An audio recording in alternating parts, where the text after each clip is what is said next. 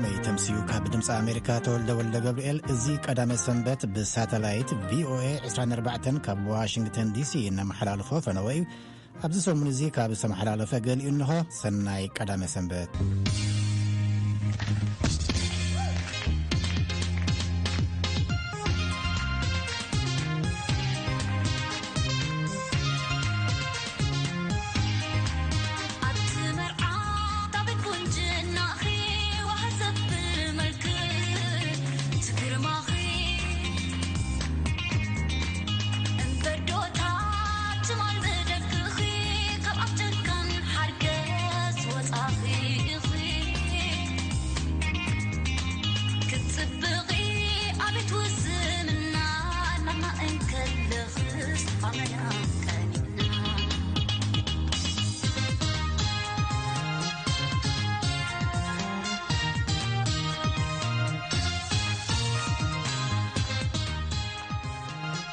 راديو دمس أمريكايو زحاشنبر زخافة زمن تماليسون كيمص حقኛ سغغر ندقنا كنرغاغص لهم يغبا إلهم قدماي منستر إثيوبيا دكتور أبي أحمد لهم استجمر حدش عمت ناي أفصاصم عمت يزبالو قدماي منستر أبي نهاجرنا نبزحاش عدل نسغاغرلو وسان عمتي لهم بتزتلمنا يمسرت نكايدو مرچا دما ناي هاجرنا ناي ديمقراسي تاريخ نابزي وردلو براخه زبصح كخون يلام اسكندر فريو زلاخو صبصاب تولو ولا جبريل كاربايو بمخنيات حدش عامد كلتشحن 12 نملو حزب إثيوبيا أبز جبرو مدريو زارجع عامد بمدهساس حدش عامد زأنفته قدم منستر أبي أحمد زحلفت عامد كلتشحن 11 إثيوبيا زتوهل لشجرات زقطمت له عامتي بالدكتور أبي በለውጥ እርምጃዎቻችን ታጅቦ ላይመለስ በማለፍ ላይ ያለው አመት ብናይ ለውጢ ስጉምትታትና ተዓጅቡ ዝሐልፍ ዘሎ አመት ልዕሊ ቁጽሪ ዕድሚኡ ከቢድ ፈተና ዘርአየና ግን ከዓ ኢትዮጵያ በፈተና ዘይትወድቅ ምዃና ዳግም ዘመስከረ ዘመን እዩ ነይሩ 2011 ቀዳማይ ሚኒስትር አብይ አሕመድ አተሓሒዙ زحالف حد عمت أبلع لإثيوبيان إثيوبيانن نزمنات تصعينو تصنحة دخنت قسقولنا مرقزتي مسالاتن عفنان كويناتن حدقام بتتانن بزلقنت نخوقد كمون ناي زمنات تصرى ديمقراسياوي زخونة ناي كل قعزونا كعقات ناي كوينات تاريخنا كوينات كوينو نخيك الصل إثيوبيانن مصر الصوم نخعرقو ناي زيغاتات كبرن حقراوي حدنتن بالصقنان نخرغاغص ناي حدا عامت زيكونس ناي 10 عامت زي تخفل عدا تشكمنا له عامت ينيرو يلو የዜጎች ክብር ሀገራዊ አንድነትና ብልጽግና እንዲረጋገጥ የአንድ አመት ሳይሆን የ10 አመቱን ውዝፍዳ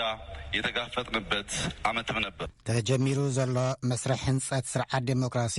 ንድሕሪት ንኸይምለስ ምስራሕ ከም ዘድሊ ዘዘኻኸረ ቀዳማይ ሚኒስትር አብይ ዝተተኽለ ፈልሲ ዲሞክራሲ ንኽዕንብብ እቲ ባይታ እናሰፍሐ እምበር እናጸበበ ንኸይከይድ ዝሓሸ እምበር ዝኸፍአ ዘመን ተመሊሱ ንኸይመጽእ ብስርዓት ኮነ ብትካላዊ ኣሰራርሓ ሓይልና حقኛ ስግግር ንደቅና ክንረጋግጸሎም ይግባእ ኢሎም ኣተሓሒዙ ዝመጽእ ዓመት ንዝሓለፈ ዓመት እናዘከርና ንጋጨወሉ ኣይኸውንን ኢሉ መጪው ዓመት ያለፈውን እያስታወስንና እያወሳን የምንጋጭበት ሳይሆን መጪውን እያለምንና እየተለመን በአንድነት በፍቅር ተደምረን ዝመጽእ ዓመት ናይ ዝሓለፈ ዓመት እናዘከርናን እናዘኻኸርናን ንጋጨወሉ ዘይኮነስ ንመጻኢ እንሓሰብናን እናተለምናን ብሓድነት ብፍቕሪ ተደሚርና ንውሕ ዘሉ ፍጹም መፈለምቲ ዓመት ክኸውን እዩ ቀዳማይ ሚኒስትር ኢትዮጵያ አብይ አሕመድ ቀጻሊ ትልምታትን ተስፋታትን ተሃገር ከብርህ ከሎ ዝመጽእ ዓመት ንሃገርና ናብ ዝሓሸ ዕድል እነሰጋግረሉ ወሳኒ ዓመት እዩ ኢሉ መጪው ዓመት የመፈጸም ይሆናል በጥራት በጊዜ በታሰበው ዋጋና ዝመጽእ ዓመት ናይ ፈጽሚ ዓመት እዩ ብጽፈት ብጊዜ ብዝተሓሰበ ዋጋን ትልምን ክንዛዝም ክንጅምር ኢና ዝተጀመረ ናይ ለውጢ ኸይዲ ኣብ ዝዓለምናዮ ሸቶ ብምብጻሕ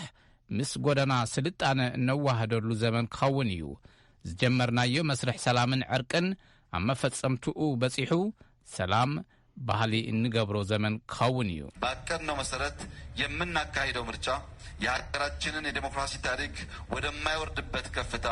የሚያደርስ ዘመን ይሆናል ሎሚ ዝተጀመረ ሓድሽ ዓመት ኣብ ኢትዮጵያ ሃገራዊ ምርጫ ክካየድ ከም ዝኽእል መደረ ቀዳማይ ሚኒስትር አብይ ዝኣንፈተ እኳ እንተኾነ ዝርዝር ሓበሬታ ግን ኣይነበሮን።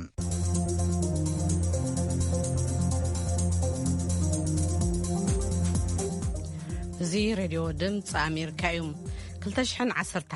ዓመት ምረት ኣብ ኢትዮጵያ ዝነበረ ከይዲ ፖለቲካን ብተወሳኺ ድማ ኣብ ሓድሽ ዓመት ቀጻሊ ዕድል ተሃገርን ዘለዎም ተስፋን ንገለ ነበርቲ ከተማ መቐለ ርእይቶ ሓቲትና ኣለና። ብተወሳኺ ድማ ምርጫ 2012 ጠሚቱን ሙሉጌታ ጽባሃ ኣዘራሪቦም ነዚ መደብ ሊእኽልና ኣሎ። ኣይተ ገብረ ጽዮን መሓሪ በመምህርነት ሞያ እናሰርሖም ዝርከቡ 2011 ምርጋዕ ዘይተረኣየላ ሕገ መንግስቲ ዝፈረሰሉ ዜጋታት ካብ ነዊሕ ዓመታት ዝነበርሉ ቦታታት ዝተፈናቀሉ ሃገር ሃም ሃገር ብምስር ትቕጽል ልብል መብዛሕትኦም ዜጋታት ዝዓዲ ወይ ህዝብታት ኣብ ሕቶ ምልክት ለእተውሉ ዘመን ስለነበረ ምቾት ለይህብ ዓመት ተባሂሉ እዩ ክምደብ ልኽእል። ኣብ ስራሕቲ ንግዲ ዝተዋፈረት ሚሚት ሃረቀብ ወገናም ኢኮኖሚ ብጣዕሚ ዝተሓተ ይመስለኒ ከም ትግራይ እኳ ደሓን ተኾነ ግን ምስቲ ካብ ኢትዮጵያ ውሽጥ ዝተሓሓዘ ምስኾነ ትንግዲ ከምቶም ቅድሚ ሕዚ ዝነበሩ ዓመታት ድሙቕ ኣይነበረን። ነባሪ ከተማ መቐለ ኣይተጸጋይ ገብረ መድህን ብወገኖም ዘይተረጋገአ ኩነታት ነይሩ። ብዙሓት ምፍንቃላት ዴይሊ ናይ ሞት ዜና ክስኢልካ ከም ልሙድ ዕለታዊ ዜና ዝኾነሉ ኩነታት ብኣውርኡ ድማ ሕጊ ዘይክበረሉ ስኢልካ ብገወዝ ሓለቓ ዝምርሐሉ ከባቢታት ብጣዕሚ ብዙሓት ነይሮም እዮም። ንኣብነት ተሪኢና ናይ ክልል ርእሰ ምሕዳር ዝኣክል ብቢሮ ሓላፊ ደረጃ ዝነበሩ ዝቐተልሉ ናይ ሓንቲ ሃገር ኢታሞጆርሹም ብኣደባባይ ዝቐተለሉ ኩነታት ኮይኑ እዩ ነይሩ። ካብኡ ዝሓለፈ ድማ ትምህርቲ ተሪኢኻ ፈተና 12 ኮረብቲ ዝኾነሉ ቆፀራ ኣባይትን ቆፀራ ህዝብን ናይ ፀጥታን ናይ ድሕንነትን ስጋት ስለዘሎ ተባሂሉ ዝተናውሐሉን ኩነታት ነይሩና ዋጋ ምውሳኸውን ብጣዕሚ ዝኸፈአ ኩነታት ነይሩ ዝብል ርእይቶ እዩ ዘለኒ። ኣተሓባሪ ሳልሳይ ወያነ ትግራይ ኣይተሃያሉ ጎድፋይ ብወገኖም ኩሎም ሓይልታት ዓቕሞም ከርእዩ ፈቲኖም እዮም ኣብዚ ዓዲ። እዚ ስለ ዝኾነ መዓት ገማት ሕድሕድ ሓይሊ ናይ ባዕሉ ሓሳብ ክፈፅም ምእንቲ ኣብ ዝገብሮም ምንቅስቃሳት ወንፅታት ናይ ሰብ ምፍንቓል ካብ ዝተፈላለዩ ከባቢታት ብዋናነት እውን ናብቲ ሃገር ክጠቕማ እዩ ተባሂሉ ዝተሓንፀፀ ሕገ መንግስቲ ምጥሓሳት እዚኦም ብምልኦም ተረኣዮም። እዚ ብዋናነት ናይ ዘይምትዕራቕ ወይ ኣብቲ ሃገር ዘለና ርድኢት ዝተፈላለዩ ምዃኑ ዝረኣናሉ ዓመት እዩ ምባል ከኣል እዩ። ከይዲ እዚ ማሕበር ዘይብሉ ፌደራል መንግስቲ ይፈጢሩ። ሓላፊ ርክብ ህዝቢ ዓርና ኣይተ ዓምዶም ገብረስላሰም እቲ ኤርትራ ደንበር መኽፋት ክልቲኡ ህዝብታት ይኹኑ ክልቲኦም መንግስታት ለጸንሐ ምፍጣጥ ተሰወረሉ ሃምፓርትታት እውን ያውቱ ሓድሽ ምርጫ ቦርድ መጽዮ ኣሎ ተስፋታት ዝረኣዩሉ እዩ። እቲ ናይ ፖለቲካ ምህዳር ብሃገር ደረጃ ተወስዶ ተለኻ ፖለቲካ ምህዳር ስፍሒሉ እዩ ትብሎ ትኽእልኻ ምስ ጉድለታቱ ማለት እዩ። ናይ ሚድያ ነጻነት ፌደራል ደረጃ እውን ኣውንታዊ ክስተታት ተራእዮም እዮም። ላብ ትግራይ ትመጽእ ዘለኻ እዚኦም የለዊ ናብ ፖለቲካ እስራት ብሃገር ደረጃ ተፈቲሖም እዮም። ብክልል ደረጃ የተገበረይ ፖለቲካ ምህዳር ከስፍሐ እየ ሚድያ ክብል እስራት ክፈትሕ እየ ልብል ቃላት ኣትዩ ነይሩ። እቶም ቃላት ግን የተገበረም ወይ ድማ ጠሊሙሎ ክበሃል ይከኣል እዩ። ኢህአዴግ ትገዛእ ፓርቲ ሓድነቱ ዝሰኣነሉ ብምኽንያቱ ናይቱ ፓርቲ ሓድነት ምስኣን ላብ ህዝቢ ወሪዱ ብዙሓት ጸገማት ተፈጥረሉ ናይ ህይወት ምስኣን ንብረት ምፍንቓል ጎንፅታት ደጋጠመሉ ኩነታት ነይሩ። ሓድሽ ዓመት ዝነበሩ ጸገማት ክፍትሑ ይኽእሉ እዮም ዝብል ተስፋ ኣለና ዝበሉ ኣይተ ገብረ ጽዮንን ሚምን ጸገማት መንግስቲ ብቕልጡፍ ምፍታሕ እንተዘይጀሚሩ ግና እቲ ስጋኣት እናሓየለ ክኸይድ ኢሎም ሃገር ሃም ሃገር ሰላም ትኾነሉ ምንግጋራት ስልጡን ዝኾነ ዝርርብ ብስርውን ዘይተመለሱ ሕቶታት ልሙለሰሉ ዓመት ክኾን ነው። እዚ ክንብል ከለና ሃገር ከም ሃገር ብሰላም ብድሕንነት ዝቕጽለሉ ዜጋታት ዲሞክራሲያዊ ዝኾኑ ምዝረባት ዲሞክራሲያዊ ዝኾኑ ምንግጋራት መፍትሕታት ክእለሸሉ ግብኦሉ ዓመት እዩ ክኸውን ልግብኦ ኢለ ይሓስብ። 2012 ከተስተኻኺሉ እቲ ነገራት ዝሓሰነ ምዃን ዕድል ኣለዎ ኢለ ይሓስብ። ኣይተጸጋይ ወገኖም ኢትዮጵያ ይመርሕ ዘሎ ኢህወደግ ኣባላት እቲ ግንባር ዝኾኑ ውድባት ኣብ መንጎኦም ዘይምርድዳእ እናሰፍሐ ይኸይድ ስለ ዘሎ ኣብ 2012 ጸገም ሃገራዊ ፖለቲካ ኢትዮጵያ ክቕጽል እዩ ክብሉ ገሊጾም እቲ ህዝብታት ዝዝውርዎ ዘሎ ኢሊታት ኢንተረስት ብጣዕሚ ዝተረሓቑ ዝተፈላለዩ ስለ ዝኾኑ ናብ ሓደ ከምጽእ ዝኽእል መንግስቲ ዝመርሕ ውድብ የድሊ ኣብ ኢህወደግ ኣብ ባዕሎም ዘይምትእምማን ናይ ሓሳብ ሓድነት ዘይምህላው ዘይምርድዳእ ዘይምስምማዕ ናይ ተግባርን ናይ ተሓሳስባን ሓድነት ስለዘይብሉ እዙይስ ናብ ሓደ ኣምፅኡ ክእርሞ ክፈትሖ ይኽእል እዩ ዝብል እምነት የለን። ስለዚ 2012 እውን ካብ 2011 ዝበኣሰ ክኸውን ዝኽእለሉ ኩነታት ኣለዎ። መረፃ ክካየድ ኣይካየድን ዝብል ሞገት ቀድሚ እዩ ተጀሚሩ ስለዝተደለየ እምበር እቲ መረፃ ዝካየደሉ ስራሕትና ስራሕካ مكاد يكال نيرؤي سلت مرصنا مكاد عدلو عزيزنا عسيخون دحرو انت ايك فطريو بوانانت تحقمن سزلوطو العدل كل خليتو مرص عند حر تناوحو حدا زنا واحد مسرح يقول انت عنقص حساب زعوا مرصا ساعات كايد هم زلو اي اتقال المسلي جن مرص تناوح مالت ابز هاجر او طربيزه تفتحوا قدات نانقص يخدلو مالتي مرص تخايدو حاشا تزخم حدر زخل حساسات كمصا طبق 2012 مرصات ዝግበር ይምረጽ ተመንግስቱ ይልገውረሎ ለነገራት ግን መረጽ አንክ ካይር ከሆነስ ተዓናቀፍ አይነት አስተዋጽኦ ይካይር ስለሌለ ምናልባት 2012 ውን አው ጉዳይ መረጻ ንከራኸረሉ ንዋጠጥሉ ዘመን ከይንኸውን ከም ስጋት አለሞ ስጋት ሲሆን ቅርፍ ነው ባላየ አይታ ዓምደሙ ገብረ ስላሴ ቦገናም ንሕና ሃም ፓርቲ አው ሰዓቱ ካይድ ኢና ንጽበ توب أو تقرأ له بوليتيكا مهدار هم إلو تيستخخل خا مرجع مكياد تالل الترجع سلام مسأل مالتيو كفت حدش عمس جميرنا ون ناي بوليتيكا مهدار مسفح تقرأت كايد له عرنا ون لوزيك تقرأ ون مقبر سعرك كايديو أما لا تقرأ كنقص قصيو أسباب أخراتات كايديو سلفتات كصوعيو صحفات عرسو كفالتي مما رزق إلى هذيك قربي أو زي عنقفات تقاتيمو هو حات بعفت رح يمرجع كايدلو له مالتيو راديو دمص أمريكا مولجيتات بها مقلم إذا تكتاتلو زلهم كاب واشنطن دي سي زفنو زلو راديو دمص أمريكا يوناب سرع مدبنا كحصل مهن حلفينا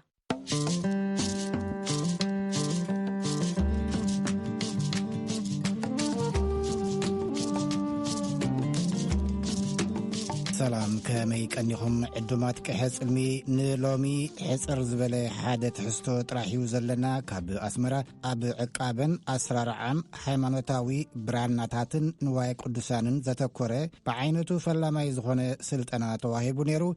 እቲ ካብ ሃምበርግ ዩኒቨርሲቲ ጀርመን ብዝመጹ 6 ክኢላታት ዝተዋህበ ስልጠና ነቲ ቅድሚ ሕጂ ብኤርትራውያን ዝተሰርሐ ስራሕ እውን ዘረጋገጸ እዩ ነይሩ ናብ ብርሃነ በርሀ ክሕልፈኩም በማዕከል ምርምርን ስነዳን ህግደፍን ቤጽሕፈት መንበረ ፓትርያርክ ኦርቶዶክስ ተዋህዶ ቤተክርስቲያን ኤርትራን ዝተወደበ ኣብ ዕቃበን አሰራርዓ ሃይማኖታዊ ብራናታትን ንዋየ ቅዱሳትን ዘተኮረ ናይ ሓደ ሰሙን ስልጠና ተዋሂቡ ነቲ ኣብ መወዳእታ ሰሙን ናይ ወርሒ ነሐሰ ዝተዋህበ ስልጠና ዝወሰዱ 23 ተሳተፍቲ ምልከት ናይ ቋንቋ ግዕዝ ዘለዎም ኮይኖም ካብ ኮሌጅ ምሕደራዋኒንን ማህበራዊ ስነፍልጠትን አደቀየ ካብ መንፈሳዊ ኮሌጅ ደብረሲና ቅድስተ ስላሴ ካብ ቤጽሕፈት መንበረ ፓትርያርክን ካብ ማዕከል ምርምርን ስነዳን ዝተዋጹ መንእስያት እዮም እቲ ስልጠና ካብ ዩኒቨርሲቲ ሃምቡርግ ጀርመን ዝመጹ 6 ኪላታት ዝተዋህበ ኮይኑ ነታ ጉጅለ መሪሑ ዝመጸ ፕሮፌሰር ፓውዚ ካብ 1992 ክሳብ 97 ኣብ ኤርትራ ንሓየሉ እዋናት ብምምልላስ ብራናታትን ካልኦት ጽሑፋትን ክዕዘብ ከም ዝኽኣለ ድሕሪ ምጥቃስ ብመሰረት ዝኻ እቲ ስልጠና ኣብ ኣቃውማን ቅድን ስነ ጽሑፍ ቋንቋ ግዕዝን ካልኦት ጥንታዊ ጽሑፋትን ብስነ ፍልጠታዊ መንገዲ ንምስርዖምን ብዲጂታላዊ መንገዲ ኣብ ምዕቃቦምን ዘተኮረ ከም ዝነበረ ንቪኦኤ ተዛሪቡ ዳይሬክተር ማዕከል ምርምርን ስነዳን ወይዘሮ አዜብ ተወልደ በወገና እቲ ማዕከል ካብ 1996 ጀሚሩ ኣብ ምዕቃብ ብራናታትን ንዋየ ቅዱሳንን ብዙሕ ስራሓት ከም ዘካየደ ድሕሪ ምሕባር ኣብዚ ሕጂ እዋን ቤጽሕፈት ፓትርያርክ ብዲግሪ ዝተመረቁ መንእስያት ኣፍርዩ ስለዘሎ በቲ ስልጠና ኣቢልካ ነቲ ስራሕ ናብኦም ንምስግጋር ከም ዝኾነ ተዛሪባ ወይዘሮ አዜባ ሲዒባ ቀንዲ ዕላማ ናይዚ ስልጠና ናይ ወጻተኛታት ተመክሮን ክእለትን ብምልውዋጥ ኤርትራውያን ኪላታት ምፍራይን ነቲ ቅድሚ ሕጂ ዝተገብረ ስራሕ በኪላታት ኣፍልጦ ከም ዝረክብ ምግባርን ከም ዝኾነ ተዛሪባ ንቕሓት ተኣዌርነስ ተፈጢሩሎ እቶም ክመሃሩን ሓዋሩ በዛዓውድ እዚ ከም ኤርትራዊ ዓቕሚ ሰብ ወይ ከኣን ኤክስፐርትስ ኮይኖም ነቲ ስራሕ ባዕሎም ትሕግጋት ምስ ካልኦት ኪላታት እንዳገበሩ ክቕፅሉ ዝኽእሉ መንእሰያት ምፍራይ ስለ ዝኾነ ትቐንዲ ዋና ዓላማና ትቅድሚ ሕጂ ዝተገበረ ኦሪንቴሽን ተዋሂቦም ሪኦሞ ዝተገበረ ኢንቨንተሪውን ብናህን ዓቕሚ ስለ ዝገበርናዮ ጉድለት ይህልዎ ዝብል ትፅቢት ነይርና ግን ምስራይዎ ግን ጽቡቕ ኢንቨንተሪ ከም ዘካየድና ሓቢሮምና ኣለው ተወሳኺ ሰርቬይውን ከድሊ ከም ዝኾነ ድሕርና ፈሊጥና ኣለና ኣብ ኢዱል ቀሰባት ከም ዘሎ ጋና ሕጂውን ዝተሓበቶም ገዳማት ባዕሎምን ክብሪ ናቱ ፈሊጦም ክሳብ ሕጂ ዓቂቦም ኣለው ሕጂውን ፍርሒ ስለ ዘለዎም ዝዓቀብዎ ጋና ዝቀበርዎ ብራናታት ከም ዘለዎም ፈሊጥና ኣለና ስለዚ ተወሳኺ ሰርቬይ ከድሊ እዩ እቲ ዝተጠቐምናሉ ሲስተምን ሜቶድ ግን ጽቡቕ ከም ዝኾነ ዝያዳ መረጋግጽ ሂቦምና ስለ ዘለዎ ካልኣይ ግዜ ክንገብሮ እንዴና ንዕኡ ሕጂ ድሕሪ ሰርቬይ እንታይ ኣሎ ነዋይ ቅዱሳትን ብራናታትን ኢና ኢንቨንተሪ ጌርና ናይ ሙሉእ ሃገር ማለት እዩ ካብ ገዳማት ክሳብ ገጠራት ናይ ገጠር ኣብያተ ክርስቲያናት ከይተረፈና ኢንቨንተሪ ጌርና ዘለና ናይ ኢስላሚክ ማኑስክሪፕት ዝምልከቱን ልክዖም እዩ ብኡ ደረጃ ኢንቨንተሪ ጌርና ኢና ካብ ደብረ ሲና መንፈሳዊ ኮሌጅ ከም ዝመፀት ዝገለጸት ነቲ ስልጠና ዝወሰደት መንእሰይ ንያት በላይ ብወገና ንኣቃውማን ኣሰራርዓን ናይ ብራና ጽሑፍ ዓለም ለኻዊ ደረጃ ኣብ ምትሓዝ ዝሕግዝ ስልጠና ከም ዝኾነ ተዛሪባ ሕጂ ሓፈሻዊ ትምህርቲ እኮ ነቲ ኣባና ዘለዎ ጸጋታት ማለት በናናታት ናይ ሃገርና ብቋንቋ ግእዝ ዘሎ ሃሚገና ናይቀወም እንዲ ዛት ብሳይንቲፊክ ወይ ኮይኑሲ ኣብ ዓለም ደረጃ ከመልካ ተቐምጦን ነቲ ብሕጂ ዘሎ ብራናታትና እውን ዝነውሕ ዕድመ ንኽነብሩ ከመልካ ናይቀወም ይሕዝ ዘሎ ሕጂ ንኣብነት ካታሎጊን ድበሃል ወላ ሂማን ዲጂታልን ገለ ድበሃል ብዙሕ ትምህርታት ኢና ክንቀስም ቀኒና ሓፈሻዊ እንታይ ነታ ብራና ሓደ ከም ፊዚካል ኦብጀክት ሪኣ ከም ሓንቲ ንብረት ብምንታይ ቆይማላ ብምንታይ ተሰሪሓ ንኣብነት መሸፈኒ ካብ መጥኻ ዲ ብዕንጨይቲ ዲነሩ ዕንጨይቲ ኮይና ብልዕሊ ንኣብነት ብሌዘር ይሽፈኒ ትሌዘር እውን ትቆርበቱን ናይ ምንታይ እንስሳ እዩ ኣብ ሽዑ ግዜ ዝጥቀሙሉ ነበሩ ዓይነት እንስሳ እንታይ ነይሩ ወላውን ኣብ ጽሕፈተ መጽኻውን ብሴንቹሪስ እንዳፈላለየ ማለት ሕጂ እንጥቀሙ ዘለና ፊደል ልክዕ ከምቲ ናይ ቀደም ዝነበረ ኣይኮነን ሕጂ ኢቮሉሽን ናይዚ ፊደላቱን ሕጂ ንኣብነት ሓንቲ ብራና መጽያ ጥራይ ብምርኣይ ማለት እዩ ፊሎሎጂ ድበሃል ዓብዲ ኮይኑ ድፅንዕ ርኢኻ ነታ ፊደል በዚ ኣጽሓፋ ነዚ ፊደል እዚ እዛ ብራና እዚኣ ቅድሚ ክንዲዚ ግዜ ዝነበረት ኢልካ ክትግምግም ትኽእል ናብ ካርቦን ዴቲንግ ድበሃል ካልእ ቴክኒክ ኣተኻ ማለት እዩ ስለዚ ብዓብዩ ጸጋናትና እዩ ብሕፅረት እንታይ ዝበሃላት እዚ ኮይኑ ንሕና ክንገብሮ ባና እንትኾነ ግን ምስ ዓለም ክዛረብ ተወይንካሎም ብፋክት ሲኻዛረብ ብፋክት ጌርካ ከምዚ ግእዝ ቀዳማይ ቋንቋታት በተወይንካ ንኣብነት ብሽብጢ ወላውን ኣገዳስነቱ ክዛረብ ተወይንካ ብሳይንቲፊክ ሜቶድ ስለዝኾነ ብዙሕ ረብሓ ይጸኒሕዎ ጽቡቕ ቃ ተማሂርና ማለት እዩ ኣብ መንፈሳዊ ኮሌጅ ቅድስተ ስላሴ ኣስመራ መምህር ስነ ጽሑፍ ቋንቋ ኤርትራ ዝኾነ ቀሺ መብራህቶም ብርሃነ ብወገኑ እቲ ዝቐሰምዎ ስልጠና ኣብ ናይ ቀጻሊ ስርሖም መፍትሕ ከም ዝኾኖም ተዛሪቡ ጥይነትን ድልየት እንዳሉ ጸኒሕና ብሓፈሻ ንሪኦ ኣለና እምበር ከምዚ ዝኣመሰለ ውዱን ዝኾነ መጽናዕቲ ዝተዋደደ ነገራት ኒር ንኽብል ኣይክእልን እየ ማለት እዩ ሕጂ ግን ንእሽተይ ዝኾነ ናይ ውዱን ዝኾነ ኣገባብ ኣጸናንዓ ረኺብና ኣለና ኣንፈት ኣትሊስት ቤዝ ሒዝና ኣለና ክብል ኽእል ማለት ኣብዛ ሰሙን እዚኣ ማለት እዩ ስለዚ ዝተወሳኺ ናትና ፃዕሪ እንተገይርናሉ ዝያዳ ጃስት በቃ መርሆ መፍትሕ ሂቦምና ኣለዉ ክብል ኽእል ደፍር ማለት እዩ ከም መምህር ኮንካ እውን ትምህር ካብ ዘለኻ ሓቢርካ እሞ ካብዚ ዝተምሃርካዮ ኣብ ተምሃሮኻ ምትሕልላፍ ሕጂ ክሳብ ክንደይ ሓጋዚ ኮይኑ ረኺብካ ኢኻ ምስኡ ተኣሳሲርካ ናይ ቋንቋን ስነ ጽሑፍን መምህር ጥራይ ዘይኮንኩስ ናይ ምርምርን ሕትመትን ጎላ እንደገና ተወሳኺ ቸርች ኣርት ኤንድ ትራዲሽን ዝበሃል ትውፊትን ጥበባትን እንጂ ኣብቲ ጥበባት እንጂ እንተሪና ኣብቲ ትውፊት ንባዕሉ ትራዲሽን ማለት እዩ ኦራል ትራዲሽን ክኾን ይኽእል ሪትን ትራዲሽን ክኾን ይኽእል ኣብኡ ሕጂ ሊተሬቸር ዝብል ክፋል ስለ ዘሎ ኦራል ሊተሬቸር ኣሎ ሪትን ሊተሬቸር ኣብኡ ሕጂ ብራና ዓብዪ ቦታ እዩ ዘሎ ሕጂ ከምታ ኮርስ ሕዚያ ዘለኹ ሕጂ ዘለኹ ኢንስትራክተር መጠን ብጣዕሚ ሓጋዚ ነ ንባዕላ ስለዚ እፅበያ ፀኒሐ ንእሽተይ ነገር ፅቡቕ ነገር ቤት ሒዘላ ኣለኹ ደፍር ማለት እዩ ካብ ዓሳ ዝህበካሲ ምግፋፍ ዓሳ ዝምህረካ ዮም ዝብሎ ቦታትና ልክዕ ንሶም ንመስግን እቶም ወፃተኛታት መምሃራና ባዕልና ሕጂ ንሕና ንእሽተይ መመገሲ ይብና ኣሎ መምህር ኩሉ ግዜ ኣብነት እዩ በቃ ዝበዝሐ እዮና ናትካ ናባኻ እዩ ዝግደፍ ማለት እዩ ስለዚ ንሶም ንኣቶም እንዳመስገንኩ ንሕና ግን ባዕልና ከነማዕብለቶም ሕጂ ብዛ ሰሙን እዚኣ ቀኒና ዘለና ተምሃሮ ብዝረኸብናዮ ዝያዳ ፃዕሪ እንዳወሰኽና ከነዕብዮ እየ ዝምነ ማለት እዩ ኣብ ቤት ጽሕፈት መንበረ ፓትርያርክ ከም ጸሓፊ ክፍሊ ምርምርን ስነዳን ኮይኑ ዝሰርሕ ዘሎ ዲያቆን ሲራክ ተክለማርያም ብግዲኡ እቲ ትምህርቲ ነቲ ዝጸንሐ ናይ ኣናሎግ ኣሰራርሓ ብዲጂታላውን ውሕስን መንገዲ ንምዕቃቡ ዝሕግዝ ስልጠና ከም ዝኾነ ተዛሪቡ እዚ ሕጂ ዝተዋሃበና ክናጻጸር ከሎ ካብኡ ዝተፈለየ እኳ እንተዘይኮነ ብዛዕባ እቲ ስራሕ ግን ዓሚቕ ዝኾነ ፍልጠት ወይ ድማ ዓሚቕ ዝኾነ ተመክሮ ኣይጸንሐናን ማለት ብፍላይ ኣብቲ ናይ ካታሎግ ናይ ማይክሮፊልም ኣውኢና ፀቂጥና ንዓይ ማለት እዩ ሕጂ እቲ ንዓዮ ዕዮ ምዕቃብ ብራናታት እዩ ብቐንዱ ማለት እዩ ንኣብነት ካታሎግ ክንብል ከለና ንሓንቲ ብራና እንታይ ትሕዝቶ ኣለዋ መዓዝ ተጻሒፋ መን ጽሒፍዋ እንታይ ተወሳኺ ሓበሬታ ኣለዋ እዩ ዝገልጽ እቲ ካታሎግ ብቐንዱ ክንዛረብ ከለና ማለት እዩ ኣብ ካታሎግ ኩሉ ተጸኒዓን ሓፈሻዊ ዝኾነ መብርሂ ናይታ ብራና ምስ ሓዝና ድማ ናብ ክፍሊ ማይክሮፊልም ሰጊራ ትስኣል ማለት እዩ ሕጂ ኣብዚ ጸንሐና ተመክሮ ኣብዚ ናይ ማይክሮፊልም ብኣናሎግ ኢና ንሕና ክንስእል ጸኒሕና ማለት እዩ እቲ ኣናሎግ መስኣሊልና ድማ ምስቶም ነዚ ክፍሊ እዚ ዘወሃድዎ ምርምርን ስነዳን ህግደፍ ማለት እዩ እዚ ስራሕ እዚ ንኮንፊደንሻል ወይ ድማ ምስጢር ንምዕቃብ ብዲጂታል ተተሳኢሉሲ ካልእ ሰብ ክትቀመሉ ይኽእል ከመባሊና ኣናሎግ ክንስእል ፀኒሕና ማለት እዩ ስለዚ እዞም መፅኦም ፅንሑ ሞያውያን ግን እዚ ክንሰርሖ ዝፀናሕና ኣገባብ ክንቅይሮ ከም ዝግባአና እዮም ሓበሬታ ሂቦምና ማለት እዩ ብዛዕባ ብዲጂታል ሲኢልካ ምስጢራውነቱ ምዕቃብ ቀጻልነቱ ምዕቃብ ድማ ኣስፊሖም ክልስ ሓሳብን ብተግባርን ክምሁሮና ፀኒሖም ማለት እዩ ስለዚ ተሞክሮ እዚ ምዝ ፀናሕናዮ ክናፃፀር ከሎ ኣዝዩ ዓብይ ነገር እዩ ማለት እዩ ሕጂ ምስቲ ፀናሕኩም ተመክሮን ኣብዚ ሕጂ ዝተምሃርኩሞን ብምውድዳር ኣብ ቀጻሊ እስከ ነዚ ተሓዛነት ተጀሚሩ ዘሎ ኣሰራርሓ ንምቕያር እንታይ ተታታትዎ ወይ እንታይ ዝሓስኩሞ መደብ ኣሎ ኣብዚ ሕጂ ፍሉይ ነገር ንሕና ዝረኸብናሉ እንተልዩ ሓደ ንጹር ዝኾነ ናይ ካታሎግ ፎርም ኣዳልዮምልና ኣለዎ ማለት እዩ ብቴክኖሎጂ ብኮምፒውተር አንድ አውትን ዝተዳለወ ፍሉይ ዝኾነ ፎርማት ናይ ካታሎግ ኣዳልዮምልና ኣለዉ ካብኡ ተበጊስና ድማ ብዙሕ ነገር ከም ንዓይ በፂሕና ዘለና ነገር እዩ ማለት እዩ ካብኡ ሓሊፉ ድማ ኣብቲ ናይ ማይክሮፊልም ድማ ብዛዕባ ናብ ዲጂታል ዝቕየረሉ መንገዲ መደባት ሓንፂፅና ኣለና ስለዚ እዚ ነገር እዚ ምስ ማእከል ምርምርን ስነዳን ብምርድዳእ ነዚ ሒዝናያ ዘለና ፕሮጀክት ናብ ዲጂታል ዝቕየረሉ መንገዲ ምንዳይ እዩ ማለት እዩ ኣሞ እንዳእታ ወይዘሮ ኣዜብ ምዕቃብ ነዊሕ ግዜ ዝወስድን ክኢላዊ ኣቕሚ ዝሓትትን ብምዃኑ እዚ ዝተዋህበ ስልጠና ናይ ፈለማን መበገስን ኮይኑ እዞም መንእስያት ዝለዓለ ትምህርቲ ንኽቐስሙን ዕድል ንኽረኽቡን ከም ዝስራሕ ተዛሪባ ብርሃነ በርሀ ንድምፂ ኣሜሪካ ካብ ኣስመራ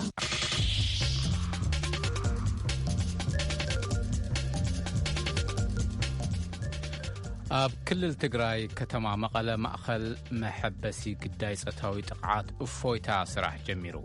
እቲ ትካል ጾታዊ ዓመፅ ንዝተፈጸመን መንእሰያት ብፍላይ ከዓ ቆልዑ ዝሕብሕብ እዩ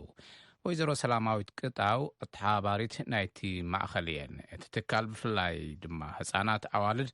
ብጾታዊ መጥቃዕቲ ዝወረደን ኣካላውን ስነ ኣእምራውን ሓብሒቡ ናብ ንቡር ህይወተን ከኣትዋ ከም ዝሰርሕ ወይዘሮ ሰላማዊት ገሊጸን ኣለዋ ዓለም ፍስሓ ናብቲ ማእኸል ብኣካል ከይዱ ዝሰርሖ ንመደብ ጥዕና ሊኡኽልና ኣሎ ናብ ማእኸል መሕብሕቢ ግዳይ ጾታዊ ጥቕዓት እፎይታ ኣብ ዘምርሕኩሉ ግዜ ኣዝየን ኣናእሽቱ ቆልዕን ናብዝናብትን ክብላ ዝረኸብክዎን ሓበሬታን ዘይብሉ ሰብ ናብ ማእኸል መውዓል ህፃናት ዝኣተኻ እዩ ዝመስል ግን ድማ ብሓቂ ግዳይ ጾታዊ ጥቕዓት ናይ ዝኾና መውዓል ህፃናት እዩ ልብኻ ዝሰብር መሊእኻ ሓበሬታ ንምእካብ ኣብቲ ማእኸል ክትጸንሕ ምጻር ዝኣብየካ ስምዒት ከም ቁጻር ስጋብ ትስእን ልባዊ ሓዘን ይስምዓካ ምስ ወይዘሮ ሰላማዊት ቅጣው ዝገበርኩ ወግዕኖ ኣብ ልዕል ደቂ ኣንስትዮ ዝበፅሑ ዝተፈላለዩ ፀገማት ኣለው እዮም ብፍላይ ጾታ መሰረት ዝገበረ ጥቃዓት ኣለው እዮም ናይዚኦም ብብዙሕ መልክዕ ዝግለጹ እዮም ንዚኦም ፀገማት እዚኦም ብፍላይ ድማ ጾታ ትሕት ዕድመ መርዓ ክኾን ይኽእል እዩ ብፍላይ ድማ ኣገዲድካ ምድፋር ዕድመአን ዝበፅሕ ክኾን ይኽእል ህፃናት ክኾኑ ይኽእል እዮም ዝተፈላለዩ ፀገም ዘጋጠሞም ህፃናት ወይ ድማ ደቂ ኣንስትዮ በብገዝአን ዘጋጠመን ፀገም ሂዘን ኮፍ ክብላ ዘይኮነስ ካብቲ ፀገም ወፂአን ናብ ንቡር ተመሊሰን ቀጻላይ ህይወተን ብዝግባእ ዝመርሓሉ መንገዲ ንምፍጣር ተባሂሉ እዩ እዚ ትካል እዚ ተመስሪቱ ግርም እቲ መልዓሊኹም ምክንያት ዝኻብ ኮነ ክንደይ ዝኣኽላ ህፃውንቲ ደቂ ኣንስትዮ ተቐቢልኩም ኣለኹም ዕድሜን ብማእኸላይ ክንደይ ይኸውን ካብ 3 ዓመት ስጋብ 3 ዓመት ዘካተተ እዩ እዚ ድማ ዝበዝህ ዘሎ ካብ ዕድመን 6 ስጋብ 14 16 ቆልዑ ካብ 15 ዓመት ስጋብ 24 9 ቆልዑ ካብ 25 ስጋብ 35 7 ካብ 36 ክሳብ 3 ዓመት ድማ 7 እዚ ክበሃል ከሎ ብፌስቱላ ምክንያት እውን ዝመጻና ኣብዚ ዝተወሰነ መዓልቲ ፀኒሐን ናብቲ ትካል ከይደን ድጋፍ ረኺበን ናብ ዓደን ዝምለሳ ኣለዋ ማለት እዩ መብዛሕትአን ግን ኣገዲድካ ምድፋር ምክንያት እየን ኣብዚ ትካልና እዚ ዝህብሓ ዘለዋ እሞ ንብርክት ዝበለ ሰብ እውን ክርድኦ ዝግበአና ህፃናት እውን ከይተረፈ ኣብዚ ምህላውን እዩ ኣብ ሙሉእ ትግራይ ካብ ዘለዋ ከምዚ ዓይነት ፆታዊ ጥቕዓት ዘጋጠመን ህፃውንቲ ምዃነን ተረዲእ ኣለኹ ግን እዚአን ጥራሕ ድን ኮታ ኣለዎ ድዩ ዝምሕብሕብ እዮም ብዚ ሕዚ ሰዓት ያው ትካልና ከምቲ ትሪኦ ዘለካ ብጣዕሚ ውሕድን ካብ 40 ደቂ ኣንስትዮ ንላዕሊ ንምትእንጋድ ዘፅግም እዩ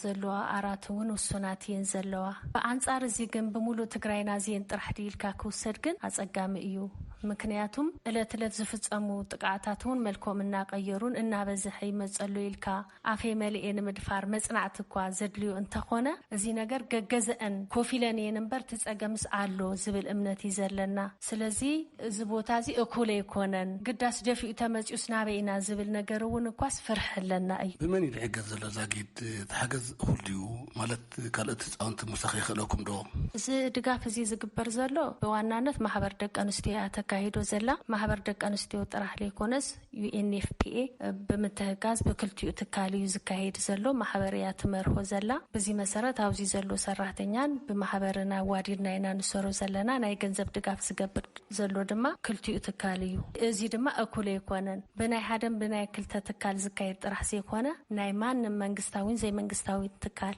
ሓላፊነት በመዃኑ ንህና በአና ጥራሕ እዚ ክንዋጽኢልና አይንወስዶን ናብዝም ሰዓተዋ አብዝ ማእኸልኩም አብዝ ማሕበረሰብ ፎይታ ማእኸል እንታይ ሓገዝ ዝግበረለን ያው ናብዚ ምስ መጻ ኩለ መዳይ ድጋፍ ዝግበረለን ክንዲ ዝካል ኣብ 3 ወርሕ ውሽጢ ሓንቲ ግልጋሎት ተረክብ ጓላንስቴቲ ተድጋፍ አጠቃሊላ ኣብ 3 ወርሕ ውሽጢ ናብቲ ዝነበረቶ ክትምለስ ያ ዝብል ትጽቢት ዝግበር ማለት እዩ ኣብ ክልዚ እና መዳይ ግልጋሎት ተረክብያ ምስ አይደር ሆስፒታል ምትእስሳረለና ተደፊራ ካብ ዝጸንሕትሉ ግዜ ጀሚሩ ወይ ድማ ካብ ዝተፈለጠሉ ግዜ ጀሚሩ ሕክምና ረኺባ ብሪፈር መልክ መጽያ ናብዚ ቀጻላይ ሕክምና አትቅጽል ጎና ጎኒ ናይ አይምሮ ኩነታት ናይ ስነ ልቦና ትምህርት ይወሃበን ካው እንደገና ናይ ህጊ ምስ ናይ ህጊ ምስ ፈተስ ተአሳሰረ ተበዳሊ በህጊ አድላይ ዝኾነ ስጉምት ከውሰደሉ ናይ ህጊ ስራሑን ይስራሕ እዩ ኣብ መጨረሻ ከከም እድመን ምስ ዘለዎ ወንድልኤት ብፍላይ ካብ 18 ዓመት እድመን ልዓል እንድህር ኮይነን ኢቭን እውን 17 ኮይነን እውን ምስራሕ ዝኽእላ እንድህር ኮይነን ድሌተን መሰረት ዝገበረ ስልጠና በመሃብ ስልጠና ወዲኤን ኣብ ዝከዳሉ ወረዳ ናይ ስራሕ ገዲ ዝፈጥራሉ ኩነታት ስለዝኾነ ኣብዚ ገና ይጀመርናዮን ግን ናይ ጨጉር ስራሕ ናይ ስፌት ካልኦት እውን ምስ ናይ ቲቪት በመተእስሳር ድሌተን መሰረት ዝገበረ ስልጠና ናሃብካሲዮሲና ተፈተና በዝወጻሉን ቀጻለ ህይወተን ዝመራሃሉ መንገዲ ንምፍጣር እዩ ተጀሚሩ ዘሎ ቀጥታ ዝረኸብኩዋ ግዳይ ጾታው ጥቃት ዝኾነት ጓል 15 ዓመት ተማሪት 5 ክፍልያ ተዛረባላ ኣነ ብዙሕ ነገራት ትንስለዶነ ብጣዕሚ ደስ ይልኒ ነው ኣብዚ ብጣዕሚ ደስ ይልኒ ማለት ሓማደይ ሓም ብዙሓት ነገር ስለ ድገብራለይ ሳተን ኣነስ ብጣዕሚ እንበቃ ከዓቅምድ ለዓልስ ሓመገ ሕክምና ትምህርቲ ያገልግልና ስነ ልቦና ንቤተሰብና ከመገርና ከም ናረድኦም ንዞም ካልኣት ጥቃት ዘበጽሖም ከመገርና ከም ትነብሎም ሃም ገይሮም ኣምህሮምና እዮም ካው ከዓ ሕክምና ለንህና ጥዕና ሙሉ እዩ እዛ ህፃን ኣብቲ ማእኸል ብዝግበረላ ምሕብሓብ ናብ ንቡር ተመሊሳ ድሕሪ ትምህርቲ ምምሃራ ጉዳይ ደቂ ኣንስትዮ ወይ ድማ ማሕበር ደቂ ኣንስትዮ ክኸውን ከም ትደሊ ትዛረብ ኣነ ድኾነ በቃ ሃም ጉዳይ ደቂ ኣንስትዮ ማሕበር ደቂ ኣንስትዮ ክኸውን ካል ማሕበር ደቂ ኣንስትዮ ክኸውን ደስ ይለኒ ማለት ደኣታተን ክሕግዝ ደስ ስለዝብለኒ በቃ ሓማታተን ክኾን ደሊ ማለት እዩ ካው ደሞ እዚ ጥቃዓትስ ክሕደግ ኣለዎ ጥቃዓት ዝፍጸሙ ሰባትስ በቃ ክሓድጉ ኣለዎም መንግስትስ በቃ ድዘማ ወዳትስ በቃ ሕደጉ ማለት ኣለዎ ማለት እዩ ብዙሓት ሓቀይ ብዙሓት ኣለዎ እንዲም ድሕና ግንስ ዳብ ሰይጣን ድቀየሩ ሰባት እንህዩ ጥዕያት ንሃለዩ ዳብ ካልእ ድቀየሩ እንህዩ እዮም ብዕለታት ማለት እዩ ድቀየሩ እንህዩ እዮም ካዚ ግን ብዙሓት ሰባት ጥቃዓት ስለዝበጽሐና በቃ ክሓድጉ ኣለዎ ማለት ልዕሊ 62 ሚእታዊ ጉዳይ ጾታዊ ጥቃዓት ብናይ ቀረባ ቤተሰብ ከም ዝፍጸም ወይዘሮ ሰላማዊት ኣብ ልዕሊ ምሕባረን ንባህልን ስነ ምግባርን ትግራዋይ ዘይገልጽ ግብሪ እሞ ካብ ዝዩ ስራሕ ክእርነቡ ጸዊዐን እቲ ማእኸል መሰልጠኒ ማሽናት ዘድልዮም ብዙሕ ተርፎን ስለ ዝኾነ ኩሉ ገባር ሰናይ ኢዱ ክሓውስ ኣለዎ ክልቲአን ዝሃባና ሓበሬታት የመስግን ንድምፂ ኣሜሪካ ሬድዮ ዓለም ፍስሓ ካብ መቐለ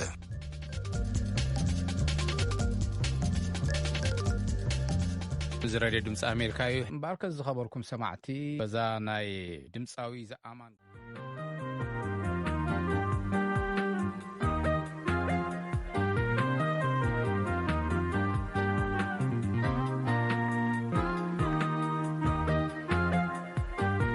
ከመይ ተምስዩ ካብ ድምፂ ኣሜሪካ ተወልደ ወልደ ገብርኤል እዚ ቀዳመ ሰንበት ብሳተላይት ቪኦኤ 24 ካብ ዋሽንግተን ዲሲ እናመሓላልፎ ፈነወ እዩ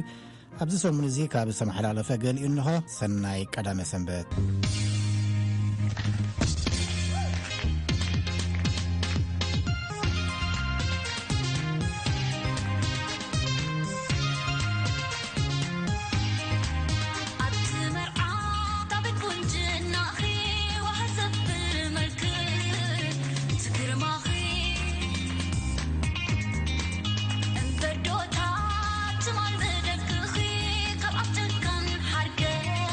I'm